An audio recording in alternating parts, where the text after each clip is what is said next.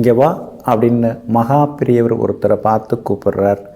என்னையா அப்படின்னு அவர் விழுந்தடிச்சு ஓடி கேட்குறார். உன்னல்ல, உனக்கு பின்னாடி இருக்கிறவரை நான் கூப்பிட்டேன்.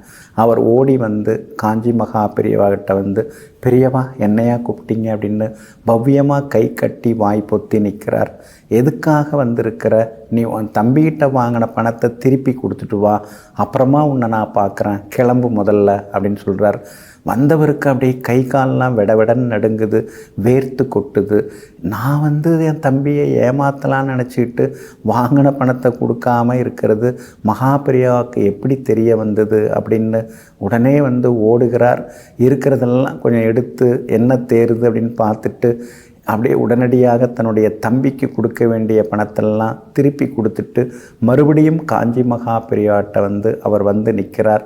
கொடுத்துட்டல்ல, இனிமேல் உன் பையனுக்கு இருக்கிற பிரச்சனைலாம் சரியாயிடும், அவனுக்கு இருக்கக்கூடிய அந்த புத்தி பேதம் அதெல்லாம் வந்து அவனுக்கு சரியாயிடும் போ அப்படின்னு சொல்லி திருப்பி பிரசாதங்களை கொடுத்து அனுப்புகிறார். 3 நாளில் அவருடைய குழந்தை வந்து கொஞ்சம் புத்தி சுவாதீனமாக இருந்தது. அதெல்லாம் மாறி அந்த குழந்தை வந்து நல்ல விதத்தில் வந்து சரியாகி நல்லா பேச ஆரம்பித்து படிக்கவும் ஆரம்பிச்சிட்டார். இது மாதிரி பல அதிசயங்கள் நிறைந்த நடமாடும் தெய்வமாக இருக்கக்கூடியவர் தான் நம்முடைய காஞ்சி மகா பெரியவா. அவங்களுடைய ஆராதனை நடைபெறக்கூடிய நாள் இன்றைய நாள். அந்த மகானுடைய முக்தி திருநாள் இன்றைய திருநாள். காஞ்சி காமகோடி பீடத்திலையும் இன்றைக்கி விசேஷ பூஜைகள். அதே மாதிரி காஞ்சிபுரத்துக்கு அருகில் உள்ள ஓரிக்கையிலையும் இன்றைக்கி வந்து விசேஷமான பூஜைகள், அபிஷேக ஆராதனைகள் எல்லாம் நடைபெறுகிறது. சிம்ம லக்னத்தில் விருச்சிக ராசியில் அனுஷ நட்சத்திரத்தில் அந்த மகான் அவதரித்தாங்க. லக்னாதிபதி சூரியனுடன் பூர்வ புண்ணியாதிபதி குரு பகவான் சேர்ந்திருக்கிறார். பஞ்சமகா யோகத்தில் இது மிகப்பெரிய யோகம். லக்னாதிபதியோட பூர்வ புண்ணியம் சேர்ந்தால் அந்த ஆத்மா புனித ஆத்மா.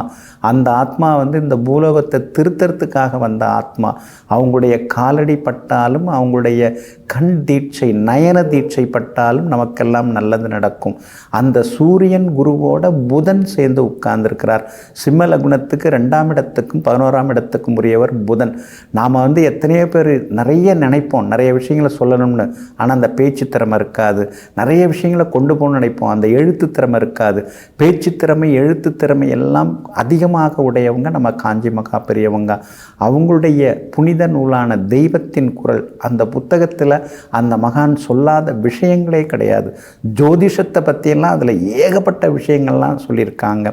சூரியனுக்கு 11ஆம் இடத்துல சுக்கிரன் இருந்தால் அதற்கு பெயர் வேதை. ஏன்னா சூரியனுக்கு முன்னோ பின்னோ சூரியனுடனேயோ சுக்கிரன் இருந்தால் தான் அந்த சுக்கிரனுக்குரிய பலன்கள் எல்லாம் கிடைக்கும்.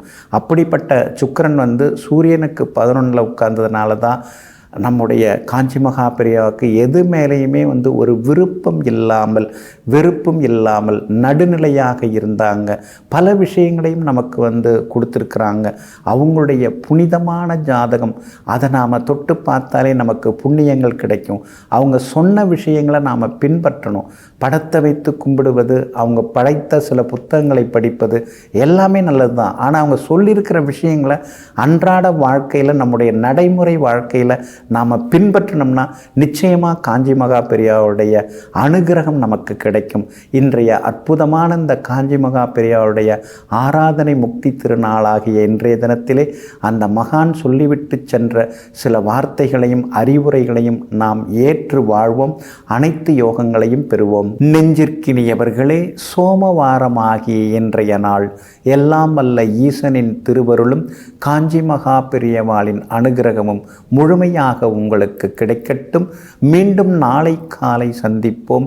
நன்றியுடன் உங்கள் ஜோதிட முனைவர் KP வித்யாதரன். வணக்கம்.